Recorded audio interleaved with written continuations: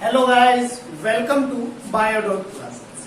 In previous lecture, we have discussed the genetic code. Today, we will discuss the translation process. पिछले lecture में हमने genetic code को complete कर दिया था। हमने ये देखा था कि जेनेटिक कोड जो होते हैं वो तीन न्यूक्लियोटाइड से मिलके एक कोडोन बनता है और वो कोडोन जो होंगे वो किसी अमाइनो एसिड को कोड करेंगे। अब वही अमाइनो एसिड बाद में उन अमाइनो एसिड की पॉलीपेप्टाइड चेन बनेगी, यानी अमाइनो एसिड का पॉलीमराइजेशन होगा और उसकी वजह से क्या होगा, प्रोटीन की सिंथेसिस होगी। यानी कि अब मैं बात करूंगा ट्रांसलेशन।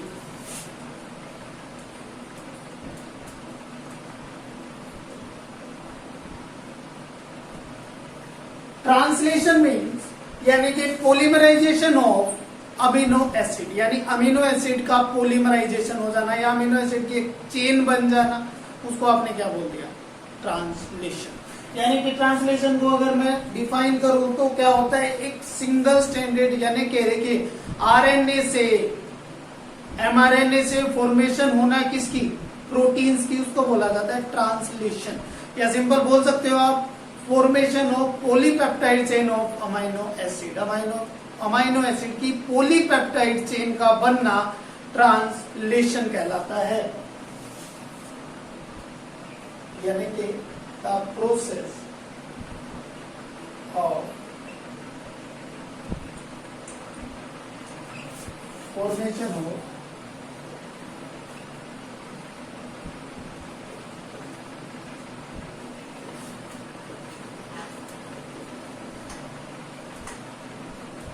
अमाइनो एसिड की पॉलीपेप्टाइड चेन का बन जाना क्या कहलाता है, ट्रांसलेशन। अब ट्रांसलेशन ऐसे ही स्टार्ट नहीं होता है एमआरएनए के अंदर, यानी कि एक छोटी सी यूनिट होती है जहां से प्रोटीन की सिंथेसिस स्टार्ट होती है और उस यूनिट को क्या बोल दिया जाता है, ट्रांसलेशन यूनिट बोल दिया जाता है। तो अब मैं बात करूंगा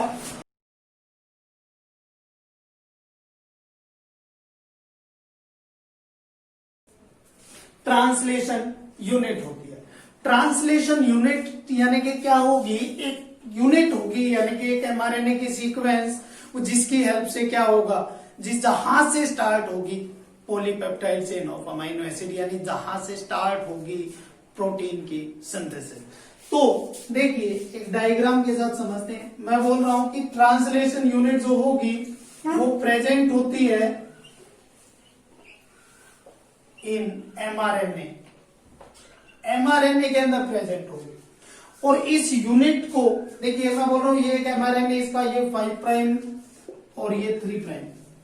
अब मैं बोल रहा हूं इसके 5 प्राइम से यहां पर 3 न्यूक्लियोटाइड होंगे एयूज, और इनको क्या बोला जाएगा, इनको बोला जाएगा स्टार्ट कोडोन। इसको क्या बोला जाएगा, स्टार्ट कोडोन। और 3 प्राइम से पहले 3 न्यूक्लियोटाइड होंगे, जैसे ये या तो यूए मिले या यूजीए मिले या यूएजी मिले, कोई भी मिल सकता है इनमें से, या तो यूए या यूजीए या यूएजी। और जिनको क्या बोला जाता है, जिनको बोला जाता है स्टॉप कोड। अब देखिए इस 5 प्राइम यानी कि स्टार्ट कोडोन से 5 प्राइम की तरफ, स्टार्ट कोडोन से 5 प्राइम की तरफ एक छोटी सी सीक्वेंस होती है, जिस सीक्वेंस को बोला जाता है यूटीआर। यूटीआर यानी कि अनट्रांसलेटेड रीजन। ऐसा ही स्टॉप कोडोन से 3 एंड की तरफ एक और यूनिट होती है जिसको भी क्या बोला जाता है, यूटीआर। अब यूटीआर यानी कि अनट्रांसलेटेड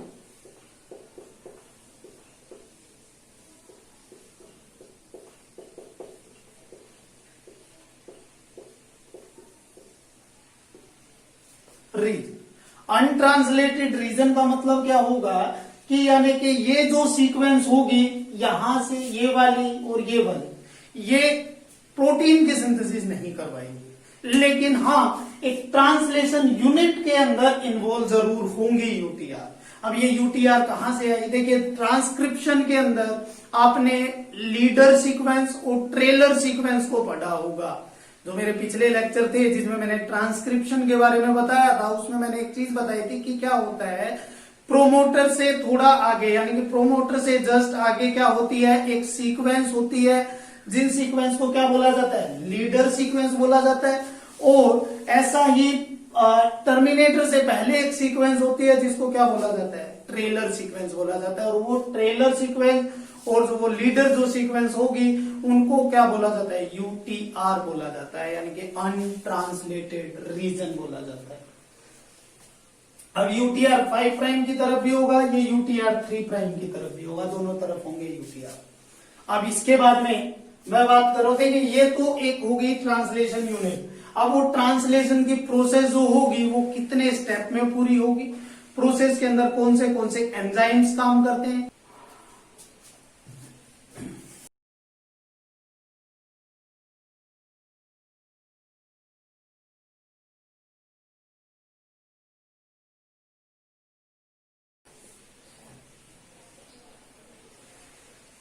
प्रोसेस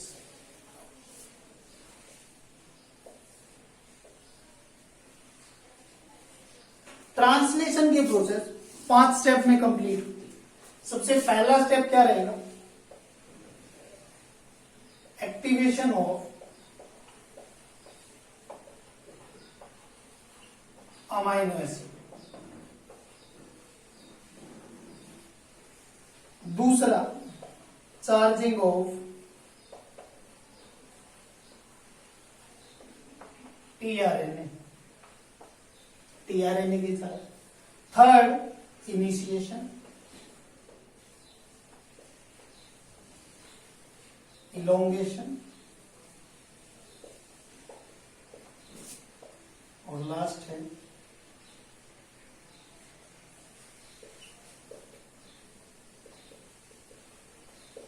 टर्मिनेशन। तो देखिए ये 5 स्टेप होते हैं जिससे क्या होगा, activation of amino acid, charging of tRNA, initiation, elongation, termination.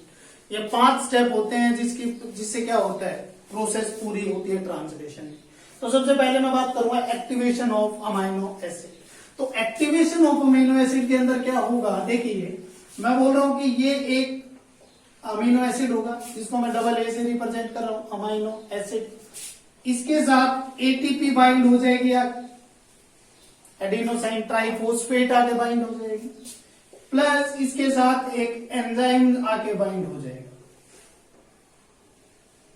इसके साथ एक एंजाइम बाइंड हो जाएगा जिस एंजाइम का नाम क्या होगा, amino acyl synthetase. Amino acyl synthetase, ये एक एंजाइम आके ऐड हो जाएगा। अब जब इसके साथ ये एंजाइम आ जाएगा तो क्या होगा, देखिए तो ये अमीनो एसिड यानी कि ये एक amino acid plus ATP plus enzyme आके बाइंड कर देंगे। अब मैं बोल रहा हूं कि इसके अंदर से 2 पायरोफोस्फेट रिमूव हो जाएंगे, यानी कि 2 फोस्फेट यहां से रिमूव हो जाएंगे और ये किस फॉर्म में रह जाएगा, अमीनो एसिड प्लस एएमपी। देखिए ट्राइफॉस्फेट था, 2 फोस्फेट रिमूव हो गए, मोनोफोस्फेट, एडिनोसाइन मोनोफोस्फेट प्लस एक वो एंजाइम यहां पर है। तो यानी कि ये क्या हो जाएगा, ये एक कॉम्प्लेक्स बन जाएगा और जिस कॉम्प्लेक्स का नाम होगा amino acyl adenylate enzyme complex. Amino acyl adenylate enzyme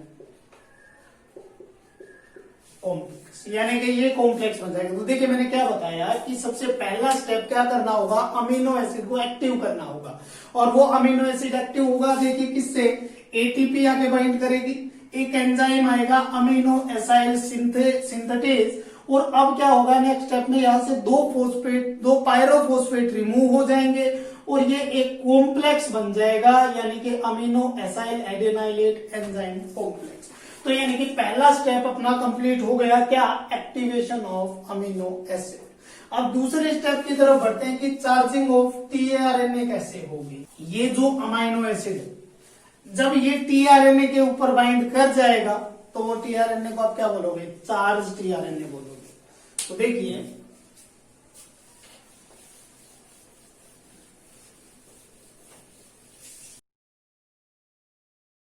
दूसरे स्टेप की मैं बात कर रहा हूं, और दूसरा स्टेप क्या है, यानी कि अमीनो एसिड था प्लस एटीपी है यानी कि एएमपी है, और प्लस वो एंजाइम यानी कि ये कॉम्प्लेक्स बना हुआ है।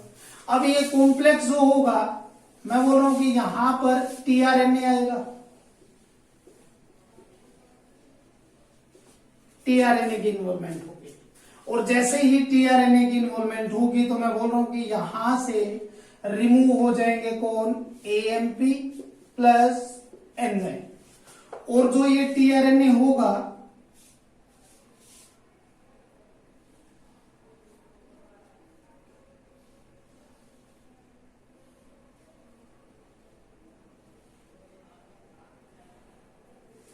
इस टीआरएनए के ऊपर ये अमीनो एसिड आगे बाइंड कर जाएगा, और अब आप इस टीआरएनए को क्या बोल दोगे, चार्ज टीआरएनए बोल दोगे, यानी कि ये टीआरएनए क्या हो गया, चार्ज। तो देखिए पहला स्टेप आपने एक्टिवेशन पढ़ लिया, एक्टिवेशन के बाद मैं बात कर रहा हूं चार्जिंग ऑफ टीआरएनए, और चार्जिंग ऑफ टीआरएनए की अगर मैं बात करूं तो देखिए क्या होगा, ये जो कॉम्प्लेक्स बना है इस कॉम्प्लेक्स के अंदर क्या होगा, टीआरएनए की इन्वॉल्वमेंट होगी, और ये एएमपी प्लस एंजाइम बाहर निकल जाएंगे, और अमीनो एसिड जो होगा वो टीआरएनए के साथ आके बाइंड कर जाएगा। अब आप इस टीआरएनए को क्या बोलोगे, चार्ज टीआरएनए बोलोगे, क्या बोलोगे, चार्ज टीआरएनए। अब इसके बाद में सबसे पहले फिर ये प्रोसेस स्टार्ट होती है, इनिशिएशन। अब इनिशिएशन की प्रोसेस कैसे होगी, इनिशिएशन की प्रोसेस के अंदर कौन से फैक्टर इन्वॉल्व होंगे, प्रोकैरियोट्स और यूकैरियोट्स के अंदर इनिशिएशन की प्रोसेस कैसे होगी। तो मेन इतना समझने के बाद अब मैं स्टार्ट करूंगा इनिशिएशन।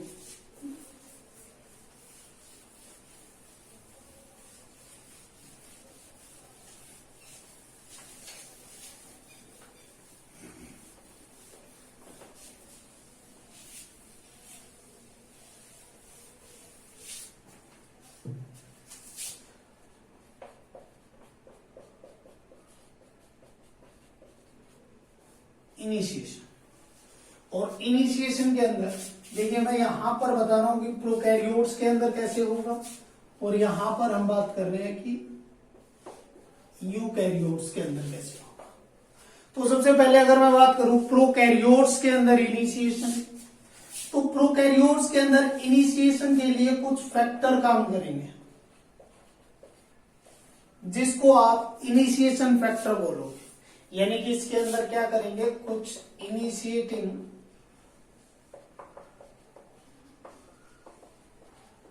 फैक्टर काम करते हैं, और इनिशिएशन फैक्टर जो होंगे वो कौन से होंगे, इनिशिएशन फैक्टर 1, इनिशिएशन फैक्टर 2 और इनिशिएशन फैक्टर 3, यानी कि इसके अंदर तीन इनिशिएशन फैक्टर काम करेंगे। दूसरा अगर मैं यूकैरियोट की बात करूं तो यूकैरियोट के अंदर 9 इनिशिएशन फैक्टर काम करते हैं। कितने काम करेंगे, 9 इनिशिएशन फैक्टर काम करेंगे, और इन 9 इनिशिएशन फैक्टर कौन से हैं, देखिए मैं इनको डिफरेंशिएट करने के लिए मैं बोल रहा हूं EIF, eukaryotic initiation factor 1, eukaryotic initiation factor 2, eukaryotic initiation factor 3, eukaryotic initiation factor 4, और 4 के कुछ पार्ट होते हैं 4A, 4B, 4C और 4D, यानी कि initiation factor 1, initiation factor 2, initiation factor 3, initiation factor 4A, 4B, 4C और 4D, और initiation factor 5 and initiation factor 6। तो ये 9 इनिशिएशन फैक्टर काम करेंगे। अब मैं सबसे पहले इसी के अंदर मैं बात करूंगा क्या, कि अगर प्रोकैरियोट के अंदर इनिशिएशन फैक्टर 1 काम कर रहा है, यानी प्रोकैरियोट के अंदर इनिशिएशन फैक्टर 1 काम कर रहा है, तो यूकैरियोट के अंदर इनिशिएशन फैक्टर 1 और इनिशिएशन फैक्टर 4 काम करेगा। दूसरा केस, अगर प्रोकैरियोट के अंदर इनिशिएशन फैक्टर 2 काम कर रहा है, तो इसके अंदर इनिशिएशन फैक्टर 3 काम करेगा वो, यानी जो काम इसके अंदर इनिशिएशन फैक्टर 2 कर रहा है वो इसके अंदर इनिशिएशन फैक्टर 3 करेगा। और ऐसा ही अगर इसके अंदर इनिशिएशन फैक्टर 3 जो काम कर रहा है वही काम इसके अंदर इनिशिएशन फैक्टर 2 करेगा। तो ये क्या होते हैं, कुछ इनिशिएटिंग फैक्टर होते हैं।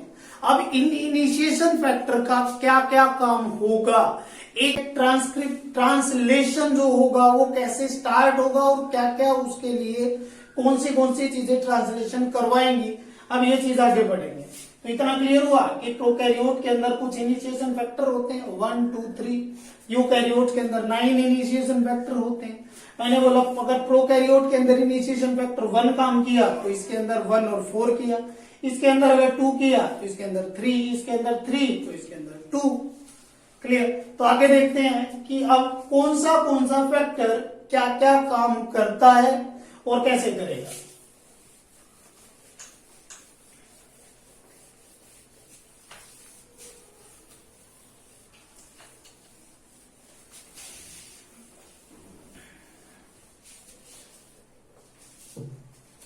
तो देखिए प्रोकैरियोट के अंदर और यूकैरियोट के अंदर मैं बोल रहा हूं जैसे ये एक mRNA, ये इसका 5 प्राइम और ये इसका 3 प्राइम, ऐसे ही एक mRNA इसके अंदर भी है, ये 5 और ये 3 प्राइम। ठीक है। अब मैं बोल रहा हूं कि प्रोकैरियोट के अंदर जहां पर सबसे पहले देखिए प्रोकैरियोट मतलब जो अगर प्रोकैरियोट है या यूकैरियोट है, जो ट्रांसलेशन होगी वो with the help of ribosomes help करेंगे प्रोटीन की सिंथेसिस के अंदर। राइबोसोम जिसकी 2 सब यूनिट होती है, स्मॉल सब यूनिट और लार्ज सब यूनिट। और प्रोकैरियोट के अंदर जो राइबोसोम होगा वो होगा 70S राइबोसोम, और 70S की 2 सब यूनिट होती है, एक स्मॉलर सब यूनिट 30S और एक लार्जर सब यूनिट 50S। यानी कि जो प्रोकैरियोट के अंदर जो राइबोसोम काम करेगा वो 70S करेगा, जिसकी स्मॉलर सब यूनिट 30 और लार्जर सब यूनिट 50S होगी। और इसके अंदर जो राइबोसोम काम कर रहा है वो करेगा 80S, जिसकी 2 सब यूनिट होंगी, 40S तो स्मॉलर और 60S लार्जर, यानी स्मॉलर 40S और 60S लार्जर सब यूनिट। अब देखिए मैं बोल रहा हूं कि स्मॉलर सब यूनिट सबसे पहले आके बाइंड करेंगे, सबसे पहले स्मॉलर सब यूनिट ऑफ राइबोसोम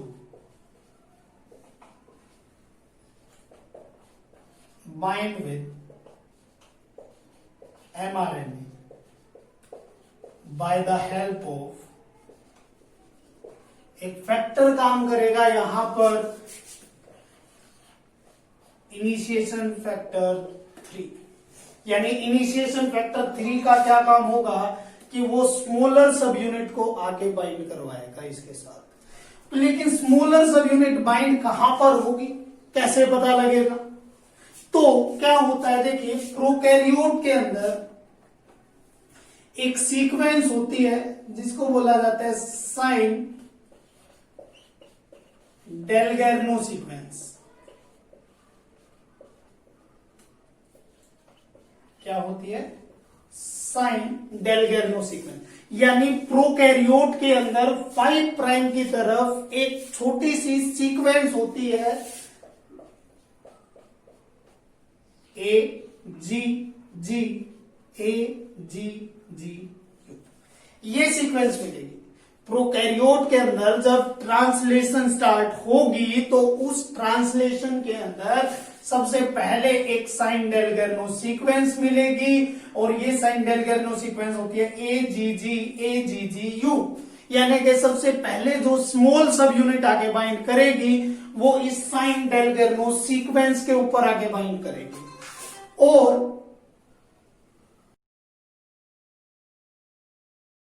इस साइन डेलगर्नो सीक्वेंस के ऊपर स्मॉलर सब यूनिट यानी 30S आगे बाइंड कर रही है और किसकी हेल्प से आगे बाइंड कर रही है?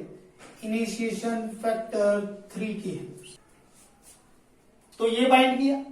अब मैं बोल रहा हूं ऐसा ही काम इसके अंदर होगा यूकैरियोट के अंदर, लेकिन यूकैरियोट के अंदर साइन डेलगर्नो सीक्वेंस यानी कि देखिए अब मैं बात कर रहा हूं क्या होगा इसके अंदर, स्मॉलर सब unit of ribosome bind with mRNA by the help of initiation factor 2। Initiation factor 2 काम करेगा, लेकिन इसके अंदर क्या होगा, कोई साइन डेलगर्नो सीक्वेंस जो होगी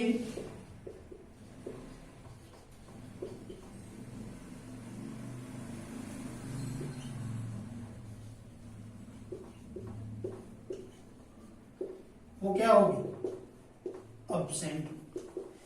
तो उस स्मॉलर सब यूनिट को कहां आके बाइंड करना होगा ये कौन डिसाइड करेगा? यूकैरियोट के अंदर ये डिसाइड करता है कौन, 5 प्राइम कैप, यानी 5 प्राइम पर जो कैप लगी होगी, जो 7 मिथाइल GPPP यानी कि 7 मिथाइल ग्वानोसाइन ट्राइफॉस्फेट की जो कैप होगी वो डिसाइड करेगी, और जो स्मॉलर सब यूनिट होगी वो यहां आके बाइंड कर जाएगी, यानी कौन सी, 40S, और with the help of initiation factor 2। तो देखिए मैंने क्या बताया, मैंने बोला कि इनिशिएशन के अंदर सबसे पहले स्मॉलर सब यूनिट आएगी राइबोसोम की, और स्मॉलर सब यूनिट को प्रोकैरियोट के अंदर लेके आएगा इनिशिएशन फैक्टर 3। कहां पर ज्वाइन करवाएगा, साइन डेलगर्नो सीक्वेंस होती है, ये साइन डेलगर्नो सीक्वेंस यूकैरियोट के अंदर अब्सेंट होती है। यूकैरियोट के अंदर स्मॉलर सब यूनिट के लिए एक 5 प्राइम कैप प्रेजेंट होगी और उस कैप पर आकर स्मॉलर सब यूनिट बाइंड करेगी, इतना हो। दूसरे स्टेप में क्या होगा, अब यहां पर देखिए मैं बोल रहा हूं कि जैसे ये साइन डेलगर्नो सीक्वेंस आके बाइंड कर जाएगी,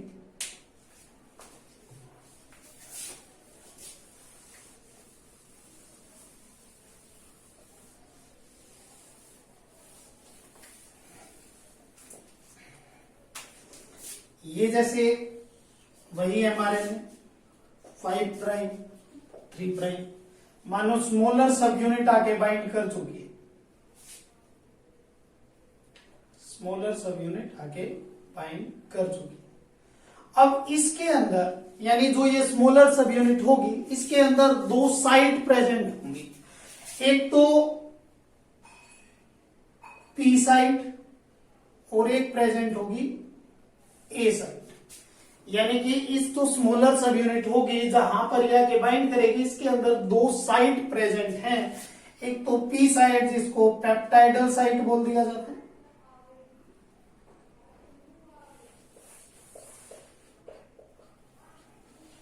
एक ए साइट जिसको अमाइनो एसाइल साइट बोल दिया जाता है।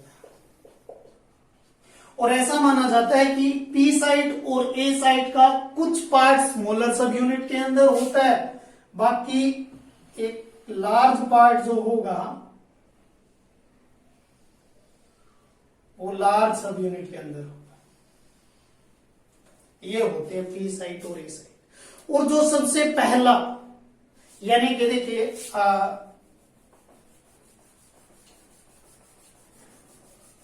मैं बोल रहा हूं कि यहां पर क्या होगा, कुछ सीक्वेंस प्रेजेंट होगी इस पी साइट के अंदर, जैसे ए यू जी। इस जो आपका ए साइट होगी इसके ऊपर भी कोई सीक्वेंस मान लो, जैसे ए यू यू, कोई भी सीक्वेंस। तो जो आपका फिर आएगा दूसरे स्टेप में क्या, आपका टीआरएनए,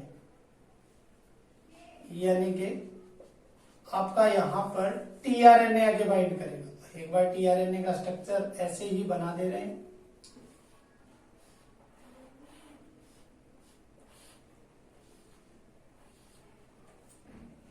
तो मैं बोल रहा हूं कि ये टीआरएनए यहां पर आके बाइंड करेगा,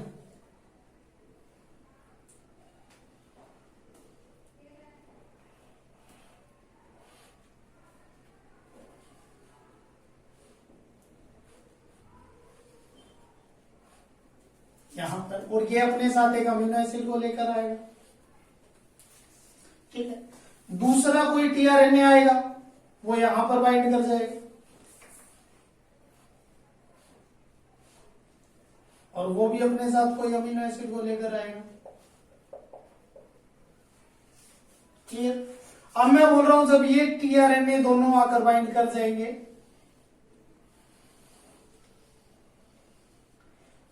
तो देखिए इस टीआरएनए को लेकर कौन आएगा, इस टीआरएनए को प्रोकैरियोट के अंदर तो लेकर आएगा इनिशिएशन फैक्टर 1, और यूकैरियोट के अंदर टीआरएनए को लेकर आएगा कौन,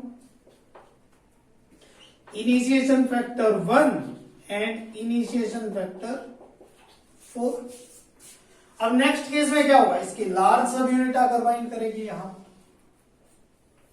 ये लार्ज सब यूनिट। अब इस लार्ज सब यूनिट को इसके अंदर तो लेकर आएगा इनिशिएशन फैक्टर 2, और इसके अंदर लेकर आएगा इनिशिएशन फैक्टर 3। यानी कि देखिए मैंने आपको क्या बताया कि प्रोकैरियोट और यूकैरियोट के अंदर एक मतलब सबसे पहले स्मॉलर सब यूनिट आकर बाइंड करेगी, और उस स्मॉलर सब यूनिट के अंदर एक पेप्टाइडल साइट होगी, एक अमीनो एसाइल साइट होगी, और यहां पर सबसे पहला जो टीआरएनए आकर बाइंड करेगा वो पेप्टाइडल साइट के ऊपर आकर बाइंड करेगा, और जो ये अमीनो एसिड को लेकर आएगा ये होगा क्या, फॉर्माइल मिथियोनिन। यानी कि जो सबसे पहला प्रोकैरियोट के अंदर जो अमीनो एसिड आएगा वो आएगा कौन सा, फॉर्माइल मिथियोनिन, और यूकैरियोट के अंदर जो सबसे पहला अमीनो एसिड आएगा वो आएगा कौन, नॉन फॉर्माइल मिथियोनिन।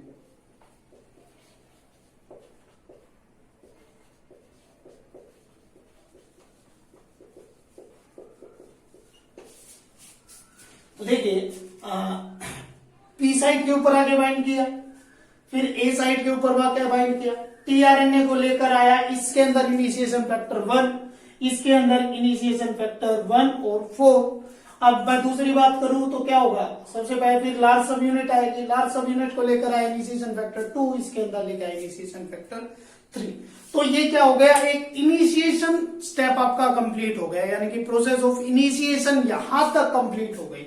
कब हो जाएगी, जब स्मॉलर सब यूनिट, जब टीआरएनए आके बाइंड कर जाएंगे, और जब लार्ज सब यूनिट राइबोसोम के आगे बाइंड कर जाएगी, तो ये इनिशिएशन आपका कंप्लीट हो गया। तो इसके अंदर देखिए कौन से फैक्टर कब कब काम कर रहे हैं, एक बार उनको थोड़ा सा क्विक रिव्यू ले लेते हैं।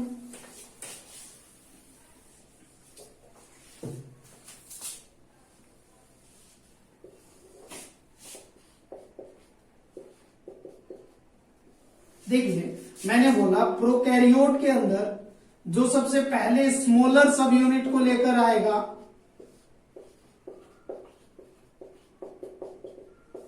वो कौन होगा, इनिशिएशन फैक्टर 3। लेकिन इसके अंदर जो स्मॉलर सब यूनिट को लेकर आएगा वो होगा इनिशिएशन फैक्टर 2। अब इसके अंदर टीआरएनए को जो लेकर आएगा वो लेकर आ रहा है कौन, इनिशिएशन फैक्टर 1, लेकिन किसकी फॉर्म में, जीटीपी के साथ, यानी एनर्जी के साथ लेकर आएगा। क्लियर। लेकिन इसके अंदर क्या होगा, इसके अंदर इनिशिएशन फैक्टर 1 और इनिशिएशन फैक्टर 4 प्लस जीटीपी, ये 3 चीजें। अब इसके अंदर मैं बोल रहा हूं कि क्या, जो लार्ज सब यूनिट होगी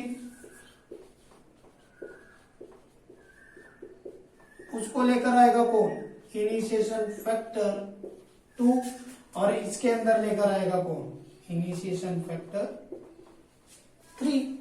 तो जब ये सारी चीजें आकर बाइंड कर जाएंगी तो आपके इनिशिएशन का स्टेप कंप्लीट हो जाएगा। अब इसके बाद में बचते हैं इसके 2 स्टेप, यानी इलोंगेशन और टर्मिनेशन, वो हम करेंगे नेक्स्ट लेक्चर के अंदर।